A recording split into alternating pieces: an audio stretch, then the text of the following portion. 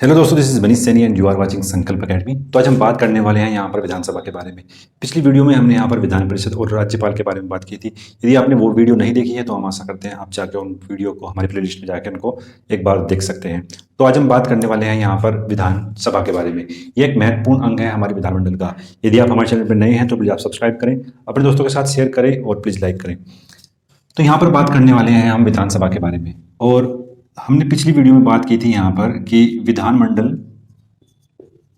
जो राज्य की विधानमंडल है, वो यहाँ पर 3 भागों में हमें बटी हुई दिखाई पड़ती है। एक तो है यहाँ पर राज्यपाल, दूसरा है यहाँ पर हमारी विधान परिषद, और तीसरा है हमारे पास यहाँ पर विधानसभा। राज्य विधानमंडल इन 3 भागों में हमें बटा हुआ दिखाई पड़ता है। राज्यपाल और विधान परिषद के बारे में हमने पिछली वीडियो में डिस्कस किया था। और एक महत्वपूर्ण यहाँ पर अंग है, वो है यहाँ पर मुख्यमंत्री। उसकी भी हमने यहाँ पर सेपरेट वीडियो बनाई है, आप जाके उसे हमारे प्लेलिस्ट में जाके चेक कर सकते हैं, या तो हम उसका लिंक जो है अपने डिस्क्रिप्शन में डाल देंगे, आप वहाँ से उसे यहाँ पर देख सकते हैं। तो आज हम बात करने वाले हैं यहाँ पर विधानसभा के बारे में। तो चूंकि हमने बात की थी कि विधान परिषद जो है वो यहाँ पर एक स्थायी सदन है, इसको आप भंग नहीं कर सकते, इसको आप भंग नहीं कर सकते, आप इसको समाप्त कर सकते हैं, समाप्त कर सकते हैं। दूसरी ओर बात करते हैं विधानसभा के बारे में। यह एक अस्थायी सदन है, यानी इनको हम भंग कर सकते हैं, इसको हम समाप्त नहीं कर सकते, समाप्त नहीं कर सकते। तो ये मूल अंतर हमें दिखाई पड़ता है विधानसभा और विधान परिषद के बारे में। यह एक अस्थायी सदन है, इसको 5 वर्ष पूर्व यानी अपने कार्यकाल से पूर्व भी हम भंग कर सकते हैं, इसको हम समाप्त नहीं कर सकते। तो विधानसभा और विधान परिषद में ये मूल अंतर में दिखाई पड़ता है। विधानसभा को हम अन्य कई नामों से भी जानते हैं, अन्य कई नामों से भी हम इसको यहाँ पर जानते हैं। ये क्या है? एक अस्थायी सदन है, अस्थायी सदन भी इसको बोलते हैं। फिर जो हम बोलते हैं इसको यहाँ पर निम्न सदन भी बोला जाता है, निम्न सदन इसको बोलते हैं। इसको हम यहाँ पर बोलते हैं उच्च सदन। क्योंकि जो विधानसभा के सदस्य हैं वो जनता द्वारा यहाँ पर प्रत्यक्ष चुने जाते हैं, इसलिए इसको हम यहाँ पर जनता का सदन भी बोलते हैं, जनता का सदन भी इसको हम बोलते हैं। इसको हम यहाँ पर लोकप्रिय सदन भी बोलते हैं। तो आपने जो लोकसभा वाली हमारी वीडियो होगी वो आपने देखी होगी, यही सेम नाम हमने यहाँ पर लोकसभा के बारे में बात की थी। तो इसको हम एज ए लोकसभा देख सकते हैं अपने केंद्रीय स्तर पर। जो केंद्रीय स्तर पर लोकसभा का काम था वही यहाँ पर विधानसभा का काम हमें दिखाई पड़ता है। तो ये मूल अंतर हमें यहाँ पर दिखाई पड़ता है विधान परिषद और विधानसभा के बारे में। तो नेक्स्ट हम यहाँ पर बात करने वाले हैं, इसका जो हमारी संरचना है उसके बारे में डिस्कस करेंगे। और हम बात करते हैं आर्टिकल। विधान परिषद के लिए आर्टिकल था यहाँ पर 169 आर्टिकल था, और यहाँ पर विधानसभा के लिए जो आर्टिकल है वो यहाँ पर 170 170 आर्टिकल यहाँ पर बात करता है विधानसभा के बारे में। तो नेक्स्ट हम यहाँ पर बात करने वाले हैं संरचना के बारे में। यदि आपने हमारे चैनल को सब्सक्राइब नहीं किया है तो प्लीज आप सब्सक्राइब करें। आप सब्सक्राइब करते हैं तो हम मोटिवेट होते हैं नई नई वीडियो बनाने के लिए, तो हमको एक नई ऊर्जा मिलती है जब भी आप हमारे चैनल को सब्सक्राइब करते हैं, हमारे परिवार से जुड़ते हैं। संकल्प अकेडमी का जो परिवार है उसकी जिम्मेदारी आप पर है उसकी कि आप उसकी संख्या को यहाँ पर बढ़ाएं। जितना बड़ा ये परिवार होगा वो आपको ही यहाँ पर फायदा पहुंचाने वाला है। तो हम आशा करते हैं कि आप संकल्प अकेडमी का जो परिवार है इसको बढ़ाने का अपना जिम्मा निभाएंगे। तो यहाँ पर बात करते हैं विधानसभा की संरचना के बारे में। यहाँ पर जो संरचना है, जितनी भी राज्यों की विधानसभाएं हैं उनकी सीटों का जो निर्धारण है वो हम जनसंख्या के आधार पर करते हैं। यानी जितनी अधिक जनसंख्या यहाँ पर उस राज्य की होगी वहां पर विधानसभा की जो सीटें हैं वो भी यहाँ पर उतनी ही अधिक दिखाई देंगी। जैसे हम बात करते हैं यूपी की, तो यूपी में सबसे अधिक जनसंख्या है पूरे भारत में, तो वहां पर जो सीटों की संख्या है विधानसभा में वो भी हमें अधिक देखने को मिलती है। फिर हम बात करते हैं इसकी जो जनसंख्या है वो 1971 की जो जनगणना है उसी के आधार पर ही यहाँ पर जनसंख्या का निर्धारण किया गया है, उनकी सीटों का निर्धारण किया गया है। और ये कब तक चलने वाला है? ये 2026 तक यहाँ पर लगातार चलने वाला है। तो 2026 तक ये लगातार यहाँ पर चलने वाला है कि 1971 जो जनगणना है उसके आधार पर हमने सीटों का आवंटन किया हुआ है, और 2026 तक ये लगातार आपको देखने को मिलने वाला है। फिर हम बात करते हैं यहाँ पर अधिकतम और न्यूनतम कितनी सीटें यहाँ पर हो सकती हैं। अधिकतम सीटें और हमारी न्यूनतम सीटें कितनी हो सकती हैं किसी राज्य की विधानसभा में। अधिकतम सीटों की बात करते हैं तो यहाँ पर 500 सीटें अधिकतम किसी राज्य में हो सकती हैं, और न्यूनतम की बात करते हैं तो न्यूनतम जो सीटें हैं वो यहाँ पर 60 सीटें न्यूनतम हो सकती हैं। लेकिन यहाँ पर कुछ अपवाद भी हैं, जिनकी जनसंख्या बहुत ही कम थी, उस जनसंख्या के हिसाब से उनकी जो सीटें हैं वो यहाँ पर कम रखी गई हैं। तो उनकी बात करते हैं तो गोवा और आपका यहाँ पर हो जाएगा दूसरा राज्य है यहाँ पर मिजोरम। तो गोवा और मिजोरम में यहाँ पर 40 सीटें रखी गई हैं।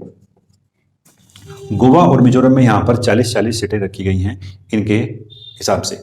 एक स्टेट यहाँ पर और है, उसके बारे में बात करते हैं तो सिक्किम में यहाँ पर 30 सीटें हैं। सिक्किम में हमारे पास यहाँ पर 30 सीटों को रखा गया है। जिस भी स्टेट से आप बिलोंग करते हैं उनकी विधानसभा की सीटों को आपको कमेंट बॉक्स में लिखना है कि हमारी विधानसभा में कितनी सीटें हैं। तो ये था यहाँ पर अपनी अपनी राज्यों की विधानसभाओं को आपको कमेंट बॉक्स में पिन अप करना है। तो यहाँ पर बात करते हैं जनसंख्या के आधार पर, तो यूपी की बात करते हैं तो यूपी में कितनी विधानसभा सीटें हैं उसके बारे में बात करते हैं। तो यूपी में सबसे अधिक 403 विधानसभा यहाँ पर सीटें रखी गई हैं। तो यूपी में सबसे अधिक विधानसभा सीटें यहाँ पर हैं, जो कितनी हैं 403 यहाँ पर विधानसभा सीटों को रखा गया है। नेक्स्ट हम बात करते हैं इनके चुनाव कि जो इनका चुनाव हम करेंगे वो किस आधार पर इनके चुनाव को हम करने वाले हैं। तो बात करते हैं इनके चुनाव की संरचना के बारे में। जो कि हमने बात की कि यहाँ पर जो चुनाव होने वाला है वो यहाँ पर होगा, यहाँ पर जो चुनाव होने वाला है वो जनसंख्या के आधार पर होगा, और ये प्रत्यक्ष द्वारा जनता द्वारा यहाँ पर चुना जाएगा। इसके जो सदस्य हैं वो प्रत्यक्ष जनता द्वारा यहाँ पर चुने जाएंगे, और यहाँ पर जो मतदान होगा वो सार्वभौमिक होगा। सार्वभौमिक वयस्क मतदान के द्वारा यहाँ पर ये इनके सदस्यों को चुना जाएगा। इनके सदस्यों का जो चुनाव होगा वो प्रत्यक्ष जनता द्वारा होगा और सार्वभौमिक वयस्क मतदान के द्वारा यहाँ पर इनके सदस्यों को चुना जाएगा। यानी अगर आपकी एज 18 साल है तो आप जाकर इनके लिए वोट कर सकते हैं, और आपने अभी हाल फिलहाल के चुनाव में इनके लिए वोट भी किया हुआ यदि आपकी 18 साल आपकी एज है। तो सार्वभौमिक मतदान का यहाँ पर ये मतलब है, यदि आप वयस्क हैं तो आप जाकर उनके लिए यहाँ पर वोट कर सकते हैं। तो चुनाव यहाँ पर हमने देखा कि जनता द्वारा यहाँ पर प्रत्यक्ष द्वारा होने वाला है। फिर हम बात करते हैं यहाँ पर आरक्षण के बारे में। कुछ आरक्षण की व्यवस्था यहाँ पर रखी गई है। यही सेम आरक्षण आपको देखने को मिला था लोकसभा में। तो लोकसभा वाली अगर आपने वीडियो नहीं देखी है तो उसको भी आप जाकर एक बार चेक कर सकते हैं। यहाँ पर एससी और एसटी के लिए स्पेशल आरक्षण की व्यवस्था की गई है। कुछ जो आरक्षण की व्यवस्था की गई है वो यहाँ पर एंग्लो इंडियन के लिए भी की गई है। एंग्लो इंडियन के लिए भी यहाँ पर आरक्षण की व्यवस्था की गई है। बात करते हैं कौन सा आर्टिकल है। तो आर्टिकल यहाँ पर 332वां आर्टिकल है, और यह इसके लिए जो आर्टिकल है वो 333वां यहाँ पर आर्टिकल है। तो एंग्लो इंडियन यहाँ पर जो नियुक्त किया जाएगा वो यहाँ पर एक नियुक्त किया जाएगा। तो जितनी भी लोकसभाएं हैं, जितनी भी विधानसभाएं हैं हमारे भारत में, वहां पर एक एंग्लो इंडियन को चुनने की व्यवस्था आर्टिकल 333 के द्वारा की गई है। और एससी एसटी के लिए जो आरक्षण है वो 332 में यहाँ पर रखा गया है। तो 332 में यहाँ पर जो रखा गया है वो आर्टिकल है एससी एसटी के लिए। तो ये व्यवस्था थी यहाँ पर आरक्षण के लिए, और यही सेम आरक्षण आपको लोकसभा में देखने को मिला था, जहां पर एंग्लो इंडियन की जो सदस्य थी वो यहाँ पर कितनी थी, 2 सदस्य यहाँ पर आप चुनकर भेज सकते थे अपने सदन में। नेक्स्ट बात करते हैं इनके हम कार्यकाल के बारे में। तो अगर हम बात करते हैं इनके कार्यकाल के बारे में, इनका जो कार्यकाल है वो यहां पर रखा गया है 5 साल के लिए, यानी 5 साल के लिए इनका सामान्यतः कार्यकाल होने वाला है। लेकिन यहां पर एक कंडीशन हमें दिखाई पड़ती है, वो यहां पर यह है कि यदि बहुमत खो देने पर आपको पहले भी यहां पर भंग किया जा सकता है। यदि फिलहाल की जो कंडीशन के बारे में बात करते हैं, करंट अफेयर्स को जोड़ते हैं, महाराष्ट्र में घटनाक्रम हमें देखने को मिलता है। महाराष्ट्र में यहाँ पर जो शिवसेना की गवर्नमेंट थी उसको यहाँ पर चेंज करके अब बीजेपी की गवर्नमेंट यहाँ पर बनाई गई है। तो यहाँ पर देखते हैं कि जो शिवसेना के जो विधेयक थे वो बीजेपी की तरफ यहाँ पर जाके उनसे मिलते हैं। इनकी संख्या बहुत अधिक थी, इसलिए इन पर यहाँ पर दल परिवर्तन कानून लागू नहीं किया गया था। तो इसके लिए हम सेपरेट वीडियो बना सकते हैं, बाद में आगे आने वाली वीडियो थी उसके बारे में डिस्कस कर लेंगे।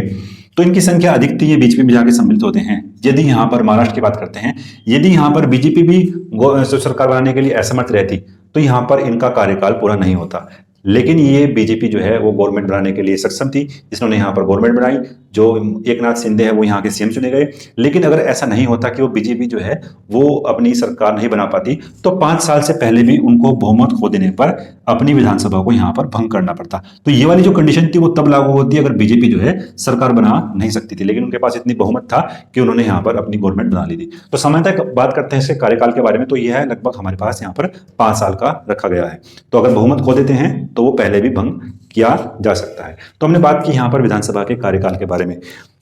नेक्स्ट हम बात करते हैं इसकी क्या योग्यताएं रखी गई हैं। इनके जो सदस्य हैं उनके लिए हम कौन कौन सी योग्यता को देख सकते हैं। तो अगर आपके कोई भी डाउट है, आपके मन में कोई भी प्रश्न है, तो आप उसे कमेंट बॉक्स में डाल सकते हैं। आप हमारे टेलीग्राम चैनल को भी ज्वाइन कर सकते हैं, जिसका लिंक हम यहाँ पर डिस्क्रिप्शन में दे देंगे। वो आपको यहाँ पर नई नई पीडीएफ या अदर जो इंपोर्टेंट करंट अफेयर है वो भी आपको वहां से जुड़ सकते हैं। तो टेलीग्राम का जो हमारा लिंक है वो आपको डिस्क्रिप्शन में यहाँ पर मिल जाएगा, आप वहां से हमको ज्वाइन भी कर सकते हैं। तो बात करते हैं इनकी योग्यता के बारे में। तो विधानसभा की जो योग्यताएं हैं उसके बारे में बात करते हैं। पहली योग्यता हमको मोस्ट ऑफ द कंडीशन में ये देखने को मिलती है कि वो भारत का यहाँ पर नागरिक होना चाहिए। भारत का नागरिक यहाँ पर होना चाहिए। अब यहाँ पर एक और पॉइंट हम बोलना चाहते हैं कि वो भारत का जन्म से नागरिक ना हो, केवल वो भारत का नागरिक हो। यदि उसने भारत की नागरिकता बाद में प्राप्त की है, अपने जन्म से नागरिक नहीं है, तब भी वो इस पद के लिए यहाँ पर चुना जा सकता है। लेकिन अगर हम बात करते हैं यूएसए की, यूएसए में जो राष्ट्रपति का पद है वो जन्म से नागरिक होना चाहिए। हमारे यहाँ ऐसी कोई भी कंडीशन नहीं है। यदि वो बाद में नागरिक बनता है तो तब भी वो एलिजिबल होगा हमारी इस तरह की पोस्टों के लिए, लेकिन यूएसए में आप जन्म से अमेरिका के नागरिक होनी चाहिए। तो पहली कंडीशन हमारे पास यहाँ पर भारत का वो नागरिक हो। दूसरी कंडीशन है हमारी यहाँ पर उसको एज को लेकर के लिए, एज यहाँ पर रखी गई है 25 ईयर। तो इसके लिए हम इजीली इसको सोल्व कर सकते हैं। हमारी जो विधायिका राज्य विधानमंडल है उसको हमने 3 भागों में डिवाइड किया था, उसके बारे में बात करते हैं। तो पहला तो हमारे पास यहाँ पर राज्यपाल, दूसरा था हमारे पास यहाँ पर विधान परिषद, और तीसरा था हमारे पास यहाँ पर विधानसभा। तो बात करते हैं विधानसभा के लिए कितनी एज है, 25। विधान परिषद के लिए हमारे पास है यहाँ पर 30, और राज्यपाल के लिए हमारे पास यहाँ पर जो एज है वो यहाँ पर 35 है। तो आप देख सकते हैं कि किस तरीके से बढ़ते हुए क्रम में हम इसको यहाँ पर देख सकते हैं। विधानसभा के लिए 25, विधान परिषद के लिए यहाँ पर 30, और राज्यपाल के लिए यहाँ पर 35 एज को रखा गया है। तो आप इजीली इसको याद कर सकते हैं। विधानसभा के लिए हमारी एज कितनी होनी चाहिए, यहाँ पर 25 ईयर। तीसरी बात करते हैं यहाँ पर वो पागल या दिवालिया ना हो, यानी आपको गवर्नमेंट ने दिवालिया घोषित ना किया गया हो, आपको जो दिवालिया घोषित ना किया हो। तो मात्र 3 कंडीशन है विधानसभा के सदस्यों के चुनाव के लिए। वो भारत का नागरिक होना चाहिए, एज उसकी 25 ईयर होनी चाहिए, और वो पागल और दिवालिया घोषित ना किया गया हो। नेक्स्ट बात करते हैं इसके यहाँ पर हम योग्यताओं के बारे में, उसके बाद करते हैं हम इसके कार्य और शक्ति के बारे में। तो योग्यता तो हमने यहाँ पर डिस्कस कर ली है, 3 योग्यताएं हैं मात्र इसकी, 3 योग्यताओं को ही हमने यहाँ पर देखा है। अब इसकी कुछ कार्य और शक्तियां के बारे में डिस्कस करते हैं। कौन कौन सी इसकी शक्तियां और कार्य हैं, कार्य और क्या क्या इसकी शक्तियां यहाँ पर होती है। तो पहले बात करते हैं विधानसभा। तो विधानसभा में आप उत्तरदायी होते हैं। तो जो मंत्री परिषद होती है, जो राज्य विधानमंडल की मंत्री परिषद होती है, वो विधानसभा के प्रति उत्तरदायी होगी, विधानसभा के प्रति उत्तरदायी यहाँ पर होगी। तो मेन क्राइटेरिया यहाँ पर यही है कि जो मंत्री परिषद होगी, हर एक राज्य में अलग अलग मंत्री परिषद यहाँ पर गठित की जाती हैं। अगर आपने वो वीडियो नहीं देखी है तो हम आशा करते हैं कि आपको वो वीडियो यहाँ पर जाकर एक बार जरूर देखें। जितने भी राज्य मंडल की जो विधान परिषद हैं वो विधानसभा के प्रति उत्तरदायी यहाँ पर होने वाली है। तो पहला पॉइंट है हमारा यहाँ पर कि मंत्री परिषद जो है वो विधानसभा के प्रति उत्तरदायी होगी। फिर बात करते हैं जितने भी बिल या कोई विधेयक है वो विधानसभा में पारित किया जा सकता है।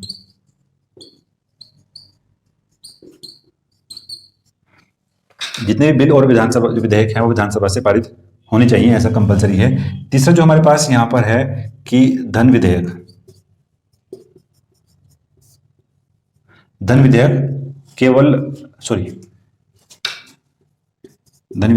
केवल आपका विधान सभा में पहली बार लाया जा सकता है। तो ये क्राइटेरिया है। आपको अगर आपका कोई भी बनी बिल है तो सबसे पहले वो विधानसभा में होगा, और अगर उसके बाद उस राज्य में विधान परिषद है तो उसके बाद वो विधान परिषद में यहाँ पर पारित होने के लिए जा सकता है।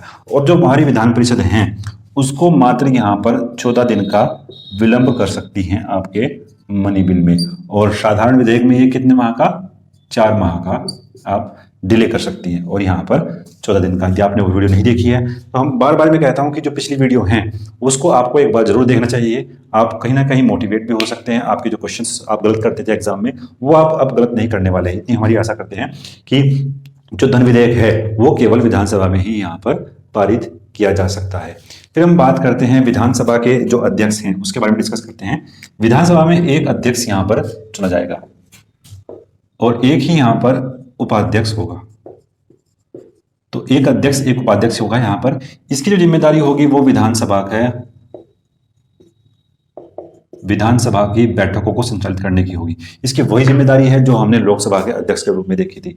ये अपना त्यागपत्र अध्यक्ष को देता है और अध्यक्ष त्यागपत्र अपना ये अध्यक्ष को देता है। जो उपाध्यक्ष है वो अपना त्यागपत्र देगा अध्यक्ष को, और जो अध्यक्ष है वो अपना त्यागपत्र यहाँ पर देगा उपाध्यक्ष को। तो ये दो महत्वपूर्ण यहाँ पर पद थे हमारी विधानसभा के अंदर। तो आशा करते हैं आपको ये वीडियो हमारी पसंद आ रही होगी। अगर आपको पसंद आ रही है तो प्लीज लाइक करें, अपने दोस्तों के साथ शेयर करें। अगर आपने हमारे चैनल को सब्सक्राइब नहीं किया है तो प्लीज सब्सक्राइब करें और मोटिवेट करें हमारे संकल्प अकेडमी का जो परिवार है इससे जुड़ने के लिए अपने दोस्तों को। मिलते हैं नेक्स्ट वीडियो में। धन्यवाद। जय हिंद।